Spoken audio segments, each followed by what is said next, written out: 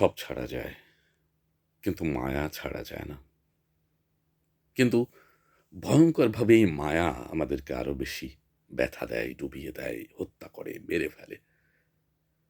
একবার আমি রংধনু দেখে আঁতকে উঠেছিলাম। মায়ায় পড়েছিলাম, প্রেমে পড়েছিলাম। যে না মায়ায় পড়লাম, কিছুক্ষণ পরে রংধনু বিলীন হয়ে গেল, আর এলো না। একবার আমি শুভ্র মেঘের মায়ায় পড়েছিলাম, প্রেমে পড়েছিলাম। বেশ চমৎকার একটি জায়গায় শুভ্র মেঘ বা মায়া সমন্বয় ঘটল। আমি মেঘ দেখতে শুরু করলাম, ভেসে ভেসে যাচ্ছিল। কিন্তু কিছুক্ষণের মধ্যেই কালবৈশাখী ঝড় সেই তাণ্ডবে আমাকে বিপর্যস্ত করেছিল। সকালের চমৎকার মিষ্টি রোদ আমার ভীষণ ভালো লেগেছিল। মায়ায় পড়েছিলাম। তারপর কিছুক্ষণ পরেই সেই সূর্যের তাপ প্রখর হয়ে আমাকে অনেক পুড়িয়েছিল।